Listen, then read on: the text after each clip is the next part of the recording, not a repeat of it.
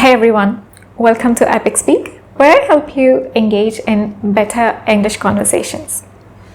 Using idioms and collocations in your speech sets you apart as an advanced speaker.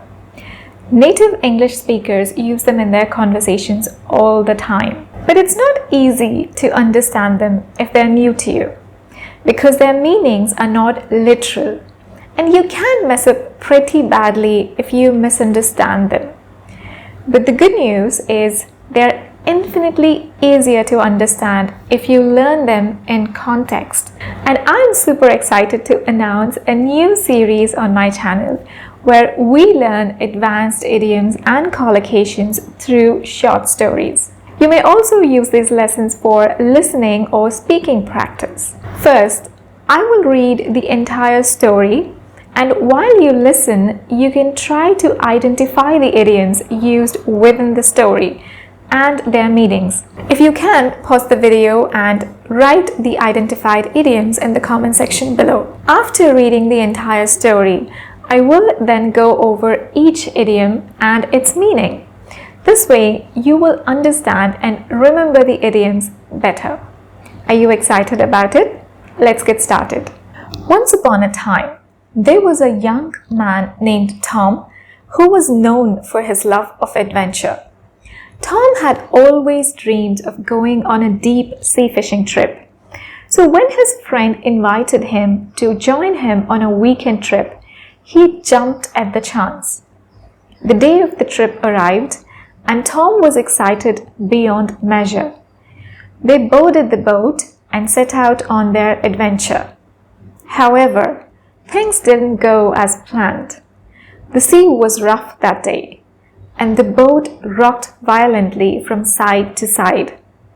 Tom, who had never been on a boat before, quickly realized that he was in trouble. His stomach churned, and he felt like he was going to be sick.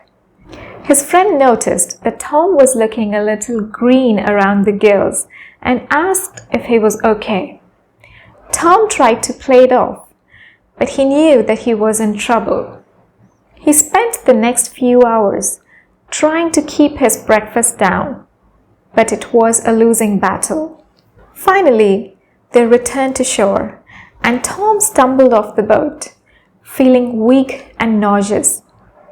His friend helped him to a nearby bench and got him some water.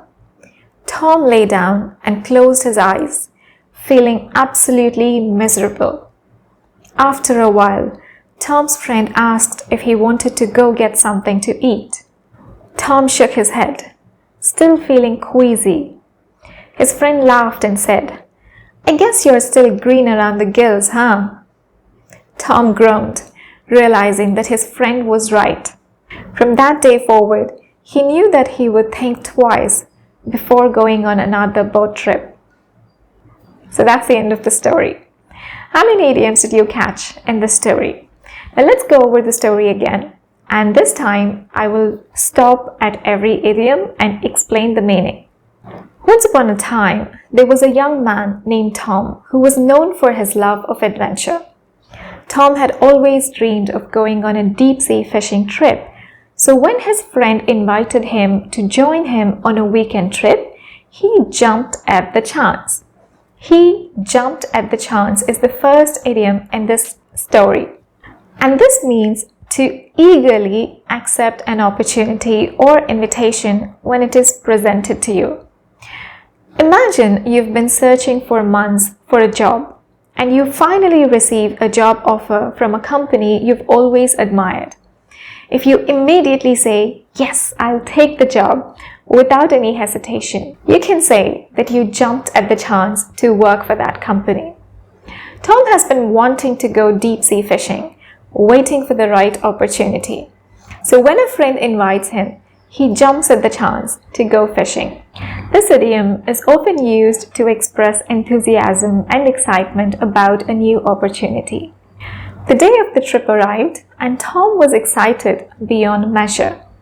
They boarded the boat and set out on their adventure.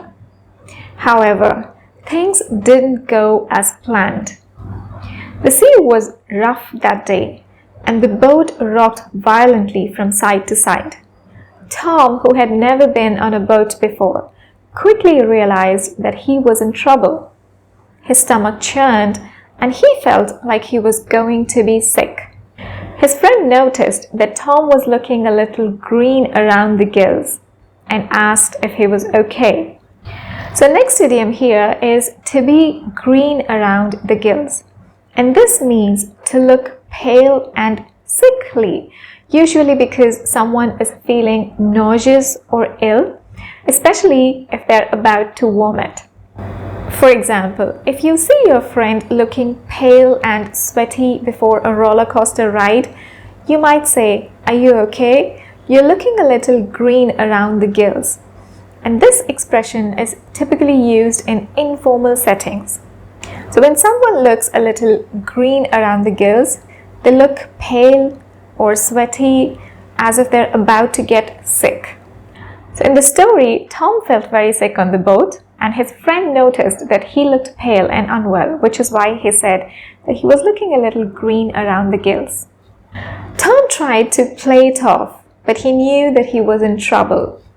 So play it off is our next idiom, which means to act like something isn't a big deal, or when you try to make it seem less important or serious than it really is. Imagine that you're playing a game of basketball with your friends and you trip and fall on the court. Instead of getting upset or embarrassed, you might play it off by getting up quickly and laughing, as if it didn't really bother you. So when you try to make light of a situation, you play it off. When someone is trying to maintain their cool or composure, even if they are feeling embarrassed or uncomfortable, then they are playing it off. So Tom tried to play it off, but he knew that he was in trouble. He spent the next few hours trying to keep his breakfast down, but it was a losing battle. We have two idioms here: keeping someone's breakfast down and losing battle. Keeping your breakfast down means to prevent the food that you've eaten from coming back up, usually because you feel nauseous or sick. Tom was having a hard time keeping his breakfast down because he was feeling very sick on the boat. He felt like vomiting. And feeling queasy means when you feel like you're going to be sick, but you haven't actually vomited yet. It is called feeling queasy. You feel queasy when you have the urge to vomit or when you feel like you're going to vomit. And our last idiom is a losing battle. Losing battle is a phrase that means the situation is hopeless or impossible to win. And no matter how hard you try, you're unlikely to succeed. And in this story, Tom was trying to keep his breakfast down on the boat, but he felt so sick that it was a losing battle. He could not keep it down. He knew that he's going to vomit soon. This means that no matter how hard he tried, he couldn't keep the food down and was likely to vomit.